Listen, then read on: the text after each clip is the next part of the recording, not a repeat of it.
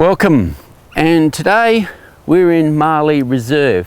This reserve is special, really special. It has unique trees and they're called Chewett trees, Australian eucalypts. And what's special about them, they grow to be very old. And because they're hollow, coming up, the termites come up through the inside and eat the inside of the tree. We're going to show you some of the homes of the animals that are around this place. Now, today we're going to concentrate on the man-made home and what I've learnt about the brush-tailed phascogale, which lives in these homes. This is just one of the animals, but today we're going to concentrate on that one and see what it's like. This is brush-tailed phascogale country. There's she oaks, a mixture of different vegetation, which is good for this little animal. Okay, here we go.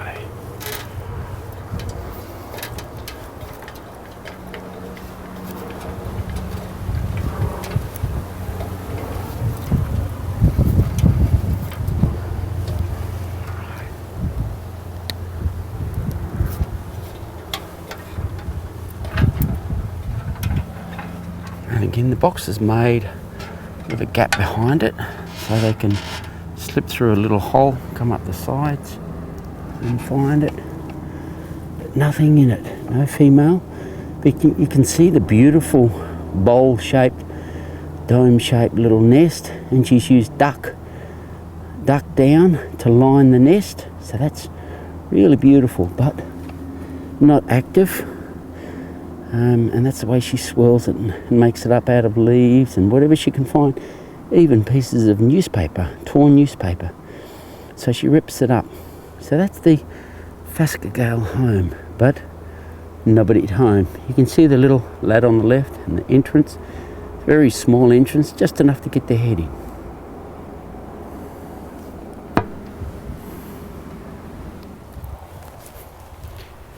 Okay, I'm going to explain a little bit about these boxes. Now, this is the original box that we made for the phascogales. Now, it's a good size, opens up. You had a look inside as you saw.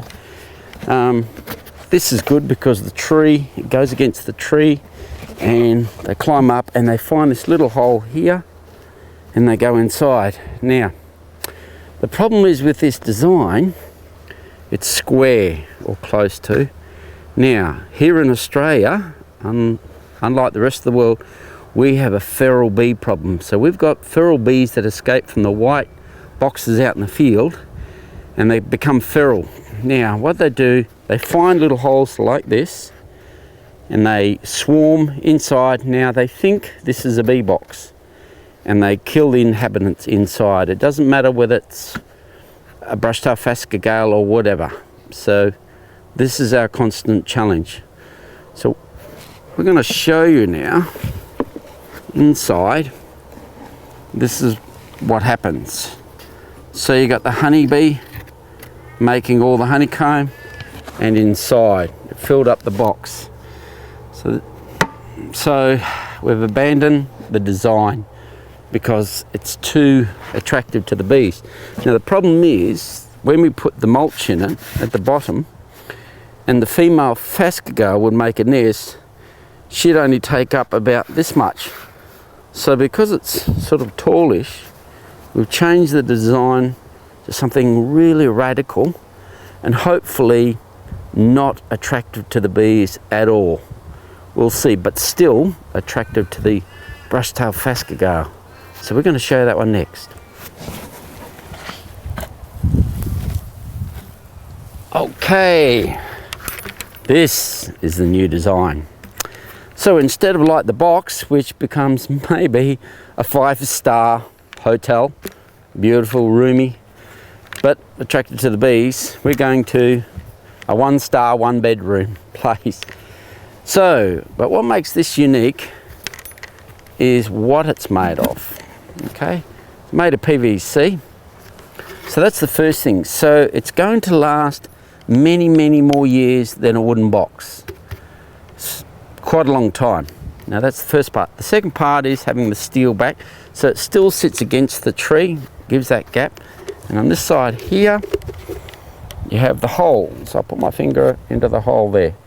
So they still find it. And inside, you've got a lined nest. So this is what I've done to attract them in here. It's got a little metal cap. Now, it's made in that design, so it's relatively easy to inspect it. It goes on not too bad fashion. Now, in some high wind areas, I decided to use a chain just to hook it on, because I'm worried about the wind catching this and blowing it open, although it's a bit stiff. Now, another design feature is using a small solid brass hinge. So if a researcher or someone who's interested in looking, that won't rust and you won't be able to get the lid open. And I've covered it with a concrete light substance and painted it to blend it in with the local trees around here. So we're going to put a few of these up today and we're going to see how they go.